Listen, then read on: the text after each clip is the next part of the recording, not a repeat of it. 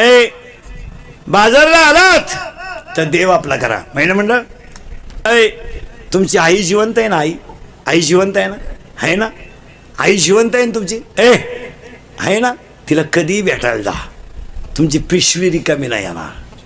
कवठं येतील, बोरं येतील, जांभळं येतील, चिचुकी येतील, हरभरी येतील, पण तुमची आई गेली ना, तुमच्या भावाच्या बंगल्यातून सोन्याचा धूर निघू द्या, पिशवी नाही न्यायची, पर्स न्यायची, पर्स.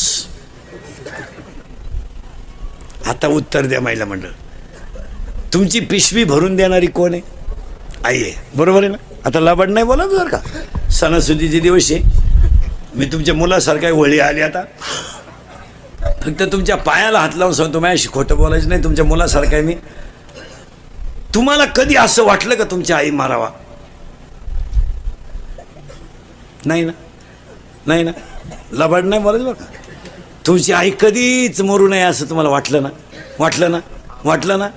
वाटलं ना? वाटलं ना? मग तुम्ही ज्याच्या पगारावर उड्या हाणता त्याला आई असेल ना?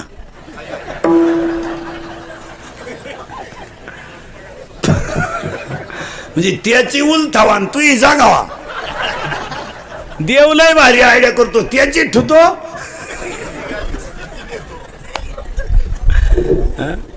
किती लबाड लोक आहे. 10 वर्षापूर्वी मुलीचं लग्न झालं ना, पोरगी नवऱ्याच्या घरी जर चालली तर पोरीची आई काय म्हणायची माहिती का? जबाबदारी आमची संपली, तू तुझा संसार, कष्ट करायचे, तक्रार आल्यावर जर तक्रार आली तर थोबाड फोडून टाकीन, आई म्हणायची. आता या 2-4 वर्षापासून आई काय सांगते माहिती पोरीला? एखादा महिना पाय, सगळ्यांचा अंदाज घे, नाही तर पाहुणा इकडे घेऊन ये, त्याला आपण टपरी टाकून देऊ. पा दरिद्री 50% पोरींच्या संसाराचं वाटोळं तिच्या आईनं केलं. इतकी खोड आहे आईला, इतकी ती पण दिसते अशी. फक्त पुरीचा फोन आला, चालली थोबाडवाशी. तुला काम नाही काय तिकडे? कांद्यातलं गाबाळ का मर ना, का दुसरीची घरं बिगडी ती? ऐ ऐ जर आजपासून पुरीच्या घरी डोकं लावलं, तू कशावरही लिहून ठेव, आज वर्षानं तुझं श्राद्ध येणार. कशावर लिहि, ज्याचं त्याचं प्रारब्ध आहे, जो तो भोगील. चांगलं करणं आपलं काम आहे. विहिरीतल्या पाण्याचं दंडानं जाणं पाणी काम आहे. ती मिरचीला गेलंय तिखट झालंय, कारल्याला गेलं कडू झालंय, उसाला गेलंय गोड झालंय, पाण्याचा काय दोष आहे? आव्यामधल्या मडक्यानं कुंभारानं मडकं घडवणं हे त्याचं काम आहे. काही मडके ते हंडीला गेले, काही दहाव्याला गेले, काही म्हाताऱ्याला घेऊन गेले. कुंभाराचा काय दोष आहे? ज्याचं त्याचं प्रारब्ध असेल तसं तो भोगीन. आणि तुम्ही प्रारब्धच बदलवायला निघाले पोरीचं. महाराज 10-10 लाख रुपये घालून सुद्धा पोरींच्या आयानी पोरी नांदू दिल्या नाही. इथे घेऊन आली, मला काही जड नाही म्हणली.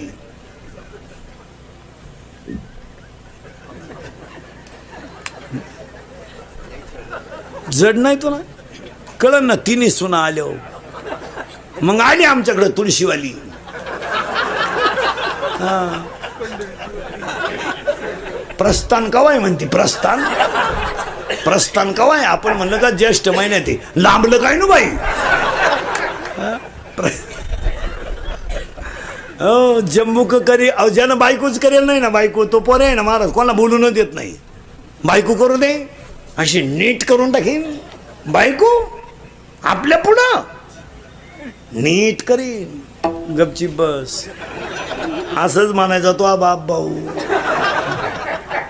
तो तर सासरवाडीला कांदे वाट्यानं करायला गेला भाऊ. ती इकडं झिरो ती का? जिला सुन नाही ना एकही, तिथं टक्कळच फोडू दी ती नुसत्या, कोणाला बोलून देत नाही. माझ्या डोळ्यात देखत आणायची, माझ्या डोळ्यात देखत आणायची. अण्णा आण ग बयान, तुला अजून सुनाचा झटका माहीत नाही. वैशाखात सुन आली का ज्येष्ठ तुझ्या डोळ्याचं ऑपरेशन झालं, तुला अजून माहीत नाही. जिची थोरली सून आली तिच्या धाकट्या पोराला पाहुणे आले आणि ती म्हणते यंदा नाही, दिवाळीनंतर पाहू. का पहिलीनंच एवढीशी रावली. माझी भाषा नाही, मी ओव्यांप्रमाणे तुम्हाला पाठपर्यंत देणार. हो, जम्बूक करी गर्जना जो देखिली नाही पंचानना.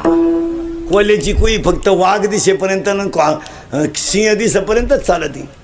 काही लय दिवस चालत का? हाताने इज्जत घालायची. संसार एवढा नेट लावून कायला करायचा? काय मागशाला घे नाही. आता हे मी 3 करतो रोज. हलक्या हाती 3 जवळ काढलं चौथे काढतो 3 तास मग माझे नुसते माईकला लागू लागू होट सडले वारा नुसतं नाही माईकला लागू लागू होटच गेले नुसती होट आतून लाल लाल जर झाली नुसती आदळून 6 तास बोलतो रोज. मग आता महापोरे म्हणणार आहे का माझ्या बापाला लई कष्ट केले. तो म्हणणार मजा आणलं त्यानं रोज 3 गावं हिंडायचा चांगला नादावला होता बाहेर यांना काय केलं. नाही महाराज आपणच सावध व्हायचं लोकांना नाही सांगायचं. आपल्या पोऱ्यानं आपली मर्यादा सोडली त्या दिवशी आपण त्याच्यातून रिटायर. काय मत आहे तुमचं. ज्या दिवशी आपल्या पोऱ्याच्या तोंडाचा वास आला ना कोठऱ्याचा त्या दिवशी कष्ट बंद. का करायचे. भजन नाही करायचं दिंडीला पंगत नाही घालायची या नालायकांसाठी बांध करू जमीन वाढायच्या नाकडे टाकू मोटरी चालवायच्या चिंगड्या खाली घालू गोण्या टाचायचं आपण पाणी मारून दूध विकायचं नाही या नालायकांनी पाणी टाकून प्यायची. काला कमवायची काय कामवायचं काम राहिलं शिल्लक. भारीत भारी टीव्ही घ्यायचा बायकोला भारीत भारी गाजरा घ्यायचा 1.5 किलोमीटर वास गेला पाहिजे असा बायको डोक्याचा नसला. भारी गाजरा आणायचा बायको चांगली ब्युटी पार्लरला न्यायची मस्तपैकी मधल्या फटीत चमकी बिमकी भरून आणायची मस्त एक हात बायकोच्या गळ्यात मस्त मालिका पाहत बसायचं. बस पोरे म्हणणार असं का केलं भाऊ मी पेरलं एक उतारलं दुसरं आता मला मशागतही करायची नाही वावरच खाट ठेवायचंय तुला काय करायचं.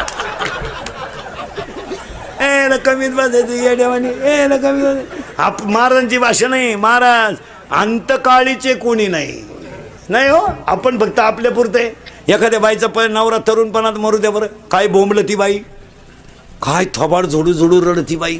देवान तुझी रान रणकीन झाली मेल्यान मला काल आठवलं त्यांना काल आणि आलं आता काय माझ्या जगण्यात मजा आहे येतेच त्यांच्या संगत. नवरा जळवतो ती आगी वडी ती आणि 2-4 बाया तिला माग वडी द्या अशी ढिल्ली करा बरं. जाळाजवळ न्यायची ना अशी ढिल्ली करायची. चिंगाट गरगाठील ती कोण मारत तर कोणच्यासाठी मारा झाकली अय फक्त म्हणायला कोण करत. एखाद्याची बायको तरुणपणात मरू द्या म्हणजे मरू नये मरू द्या त्याला 2 पोरं असावं गोजीरवाणी आणि 2-4 दिवस व्हा बायको मरून आठवडाभर आणि आपण त्याला भेटायला जावा. ते असं दारात बसलं राहतं. पोरं खेळा त्या अंगणात आपण त्याच्याजवळ जायचं आणि त्याला म्हणायचं काय चालय काय चालय. तो म्हणतो काय चालायचं वाटोळं झालं परपंचाचं. जगण्यात मजा नाही राहिली. देवानं माल न्यायला लागत होत तिला नव्हतं न्यायला लागत. बिगर बायकोचं जगण्यात मजा नाही. कसा आठवडा काढला माझं मला माहिती. त्याला विचारायचं बायको बिकू करता का छे छे छे छे मला काय करायचं बायको करू पण यांनी कोणाला आई म्हणा.